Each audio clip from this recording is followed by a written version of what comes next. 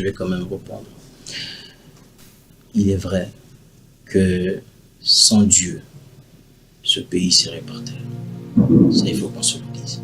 Il est vrai que sans Dieu, sans ce que les églises font, je sais, il y a beaucoup de gens qui insultent les églises. Mais je vous assure, d'après mes analyses, si les églises n'existaient pas, on aurait eu plus de cas d'AVC que ce qu'on a aujourd'hui. Parce que le réconfort que les pasteurs nous donnent aux mamans, aux papas, en disant Ikampiko, Nzambazana yo, ça va aller, ça de stress. Parce que le pays va mal, de façon économique ou de façon sociale et le reste. Et ce que l'Église fait, c'est très important. Maintenant, je reviens sur l'événement prophétique qui a été organisé dernièrement. J'ai suivi depuis l'étranger. J'ai vu comment les prières se sont passées, je crois, 2 jours, 2 ou 3, 8, 9, 10, 7, 8, 6, 7, 8, quelque chose comme ça. J'ai vu le président aussi qui était venu participer à cela. Dans toutes ces choses, la prière est une très bonne chose, papa. Et moi, j'encourage. J'encourage qu'on place un programme de prière pour la nation. J'encourage que les gens fassent ce qu'ils ont fait là pour la nation. Le problème, c'est comment ça se fait. Ouais, moi, je ne sais pas comment cela se fait. Parce qu'il y a un comment dans tout. Il y a des choses que Dieu exige. Tu vois, le Seigneur dit par exemple ceci. Il dit, quand tu veux offrir une offrande, la prière est une offrande.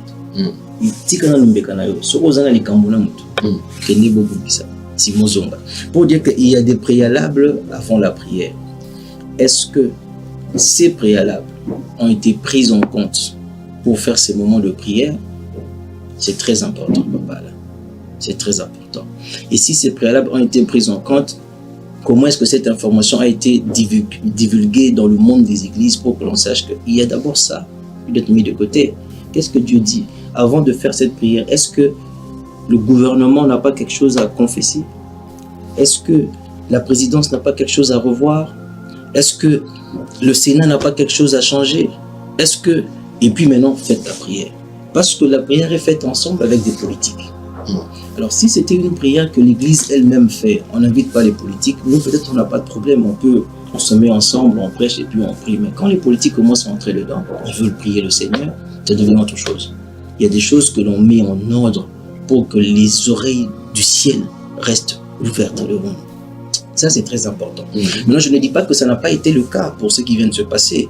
Je suis juste en train de faire un petit exposé qui montre que si ces choses ont été faites comme cela, gloire à Dieu, moi je suis d'accord déjà avec la prière. Et si ces préalables ont été pris en compte, je suis totalement d'accord.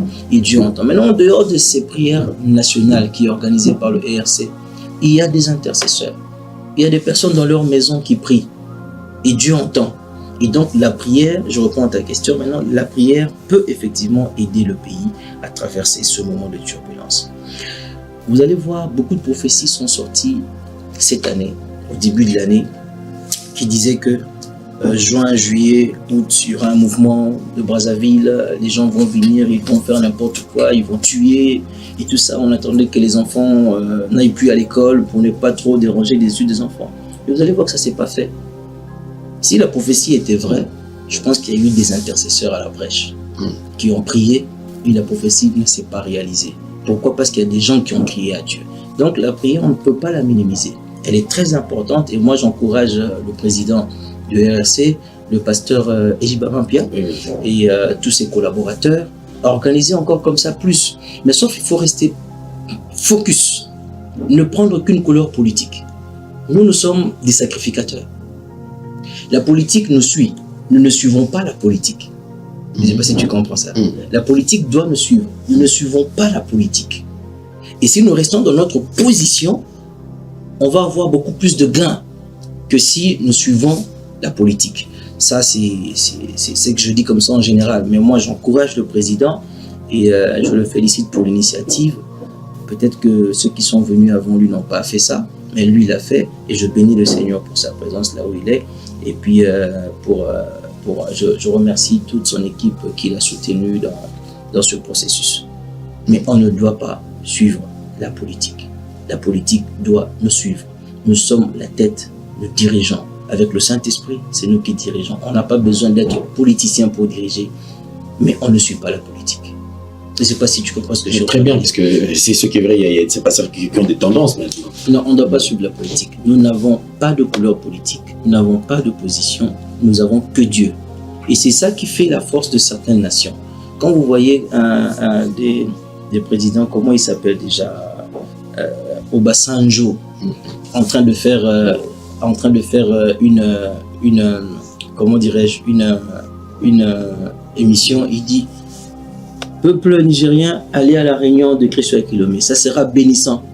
Ça veut dire que Christ avec Kilomé, en tant que pasteur, il a su influencer le monde politique. Et au Nigeria, par exemple, tu as tous ces pasteurs-là, ils ont beaucoup influencé le monde politique. La politique les a pas influencés.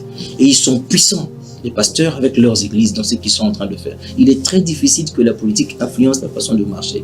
Et ça devient très intéressant. Et c'est où le Congo doit aller. Parce que le Congo et le Nigeria ont la même destinée spirituelle. Il est très important que le Congo enjambe rapidement, emboîte le pas à ce pays pour que nous prenions le contrôle spirituel de notre pays. Et là, vous n'allez même plus entendre parler de tout ce que les gens disent, roi divin, ceci, qui est à gauche, ici, à droite. Il n'y aura plus ça. Parce que le roi divin, ça sera nous, ça sera l'Église. Très édifiant.